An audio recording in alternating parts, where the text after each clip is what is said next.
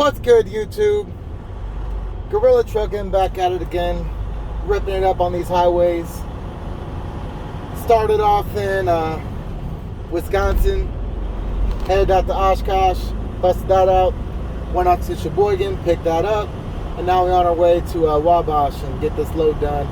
And then we gotta reload and then bust it on down to North Carolina tomorrow. But yeah, man, just thought I'd kick off this little video, and for those who might want to think about getting into trucking, figure out how to get put on and that kind of stuff, I'll share some game with y'all, just like folks share some game with me, man. Big ups to Scooby-Doo, Mr. Jeff Quinn. He was huge when I was doing my research before I got my CDL.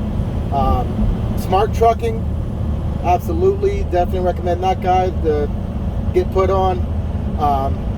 This Guy Trucks, Happiness by the Mile, Miss Shelby, hell yeah. But yeah, let's get into it. So I got my foot in the door with in the state of Ohio. They have this thing called the WIOA program, Workforce Investment Opportunities Act. Basically what it is it's free state money that the state of Ohio has available to get their residents some job training so the overall economy is stronger. Pretty cool. So I did that. Actually went through one truck driving program out there in Middletown. Didn't work out. You know, kind of put the whole thing on hold there for a little bit, and then wanted to get back at it, and I was able to once again qualify for that WIOA program. So I took another swing at it, went to Clark State Community College truck driving school out there in Springfield, Ohio, and knocked it out first shot. If you're in the greater Dayton area, I highly recommend the truck driving program over there at Clark State. They're real solid. Mr. Bill Weekly, I think he's still the guy running it. Yeah, cannot recommend them enough.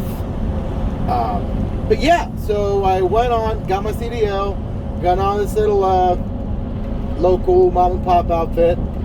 Didn't work out.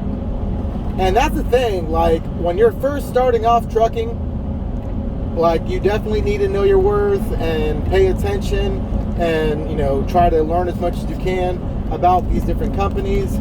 Definitely take anything a recruiter tells you with the biggest grain of salt, because they will run game on you. And at the end of the day, I mean, if they aren't providing you with the training to get you your CDL, if you already got your license, then you are a business partner. You're not somebody's employee that they can run game on and walk all over. You are a business asset and need to be treated as such. But the flip side to that is, until you got your training and your experience and you proved yourself, you know, you're gonna have to kind of get hazed a bit and work for some not so great companies and earn those stripes. It is what it is. From my understanding, a lot of blue collar jobs are like that, and the military too, from my understanding. Like, you're not going to get treated like an officer when you're, you know, private first class. Like, that's not going to happen. But yeah, anyway, I digress. So as far as starter companies go, they got their reputation, and it's not like their bad reputation isn't well earned. But Swift/Knight, they're merged now. You know, that's a place to kind of get your foot in the door, get trained up. You know, there are some negative aspects to running with a mega carrier, but all in all, those mega carriers, since they're trying to really conserve their profits and whatnot, and not have a messed up safety record, then, you know, they're going to make sure that, you know, they have a very strong training program. Now, once these drivers are out there on the road, do they hold to that? Not so much. But if you can, if you're cool with working over the road and, at best being home every 2 weeks, Nussbaum, N-U, N like Nancy, U-S-S like Sam, B like Bob, A like Adam, U like Uniform, M like Mike. Nussbaum Transportation. They're out of Bloomington, Illinois. I ran with them. I ran with them for about 6-7 months. Ultimately, it didn't work out between me and them. But I don't really harbor any ill feelings toward them. And around the time I was fixing to leave, they started up the Nussbaum Driver Training Academy. So, number one, even before I left, when I first started, they are very friendly with people fresh out of CDL school. And when you're a greenhorn, there's not too many solid companies that'll take you. You got to have that experience first and earn your stripes. Nussbaum will take you. And if you live in the Bloomington area, they will train you through, I think it's Heartland Community College. And then, you get on there, and as long as you do what you need to be doing, you can get on with them. And they got a employee stock option program. Beautiful facilities out there in Bloomington, Illinois. They are a Christian company and are, really lead with their Christian values and such. But you don't have to be a Christian to work for them, and they don't really beat you over the head with the Christian stuff. They're kind of more don't talk about it, be about it, that kind of vibe. So I mean, I haven't worked for every single company, and I can't vet out every single company's training program, but in my opinion, you would be hard pressed to find a company with a stronger training program for a greenhorn CDL holder. That would be a fantastic place to at least get your teeth kicked.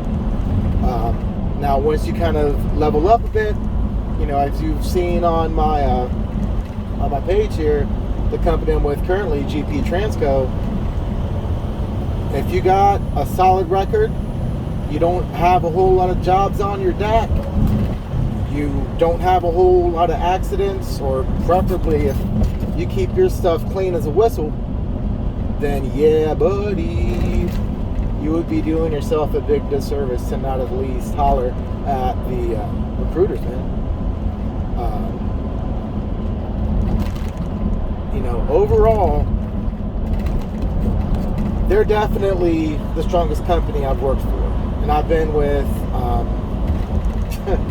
my fair share, we'll say. Let's put it that way. And that's kind of the way the industry has been for a while. When you're first starting, these companies will tell you whatever to get you in the door, not really say what they're, say one thing, do another, not really keep their promises. And you can either roll with that or you can roll out. So I rolled out. I'm not going to have anybody run game on me. It's just not part of my programming. But yeah, to kind of recap, if you don't have a CDL, ideally get it through a truck driving school, vet them out, do your research, read up on the reviews before you commit anything. See if you can actually go to that location, check them out, get a feel for the vibe or whatever. I wish I did that with my first trucking school, because I would have sought out other options for sure. But you live and you learn. But yeah, if you can get your CDL on your own, be it through a truck driving school or the state paying for it or whatever, that is going to give you a lot more flexibility as far as when you're choosing companies, or if you need to choose to move out. Because the biggest thing, if the company takes care of your truck driving, then you're going to be on the hook for them until the obligation's paid off. And if you leave, then either one, your last paycheck is going to be gone, or your last paycheck's gone and you're still on the hook to them. So like, you know, you really got to kind of weigh your options if you're going to go the company sponsored route. But yeah, however you get in where you fit in, try to keep your nose absolutely pristine and clean, not just while you're driving this semi, when you're on the road too, driving your own personal car on your personal time. Because that, when you upgrade your license from a regular driver's license to a Class A CDL, that follows you. And you need to protect that CDL. CYA, that is the name of the game. You got to protect that CDL. That is your ace up your sleeve, literally. You got a strong record. You got everything nice and clean. The more time you got in the game and the more experience you got and the longer you have an awesome record, you can take that CDL and flip it so many different ways. It's unreal. Like, you can do the OTR thing, and let's say that doesn't work out so well for you. You want to try doing local. Okay, boom, you can do local. If you have a Class A CDL, you can still do, you know, drive for like a concrete company, driving those cement trucks, drive for a trash company, you know, waking up early in the morning, driving those trash trucks. A Class A can drive Class B, but a Class B can't drive Class A, you know what I mean? And then, like, there's all sorts of companies. Let's say that, all right, you want to hang the keys up for a little bit, you could be a trainer. If you have, I think, like 2 or 3 years experience, you can actually work at one of these CDL schools. And, you know, that can definitely have some upside. Me personally, you know, I'm married, I got 3 kids. My kids are all pretty much older. We got a 20-year-old, a 17-year-old, and a 15-year-old. So, you know, the wife and kids, they hold down the fort. Daddy hits the road and makes us money. And I love traveling. Man, it can be lonely being out here on the road by yourself. But for me, the way my mental makeup is, it's been therapeutic just to have time just to sit by yourself and think. Like, I've worked since I was 15 years old, and I've done a lot of, you know, service center jobs, like service industry, you know, retail, food service, call center, you know, that kind of stuff, my entire working career. And honestly, that kind of gives me an edge with being the truck driver, because I have those strong customer service skills and the ability of being able to work in a corporate environment and have that, like,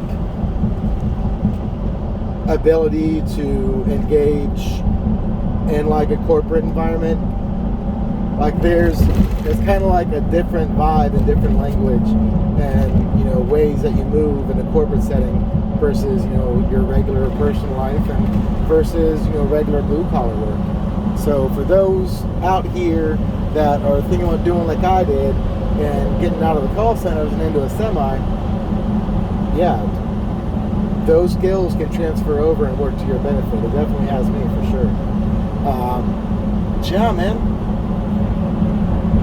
I'd recommend this job to anybody to at least look into. But man, as far as the whole time to think aspect, man, for me it's great. Like, times like this where it's pretty much open highway, I got 45 miles just to cruise. Driving has always been kind of calming for me. Station ahead.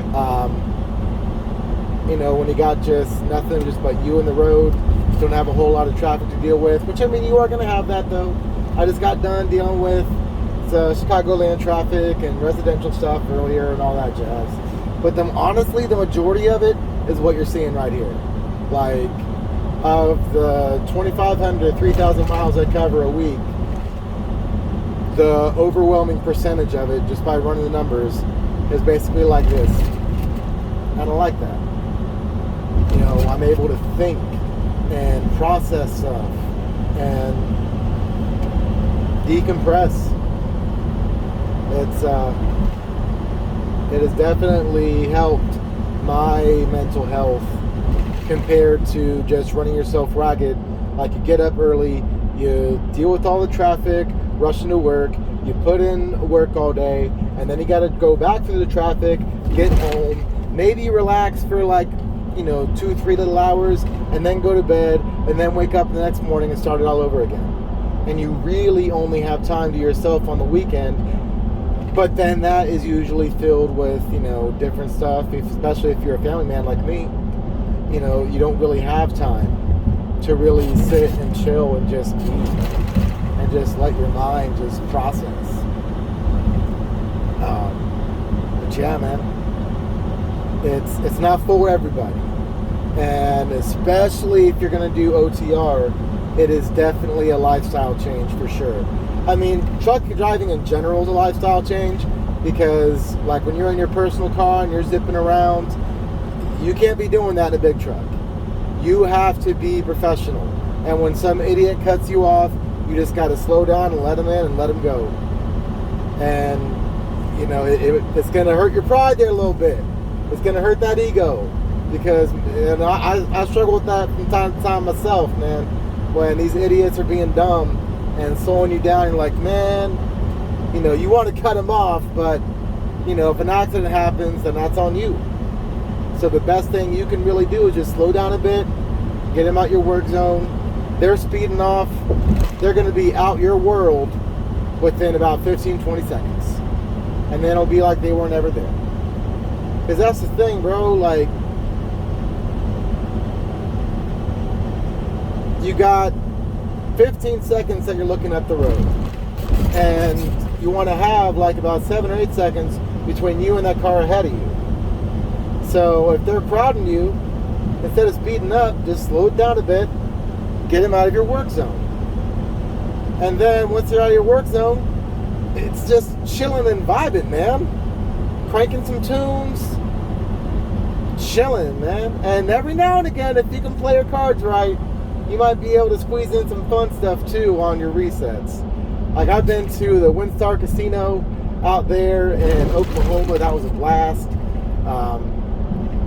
I got my little list of restaurants I like hitting up. The Albert Lea, Minnesota Petro. Sheesh!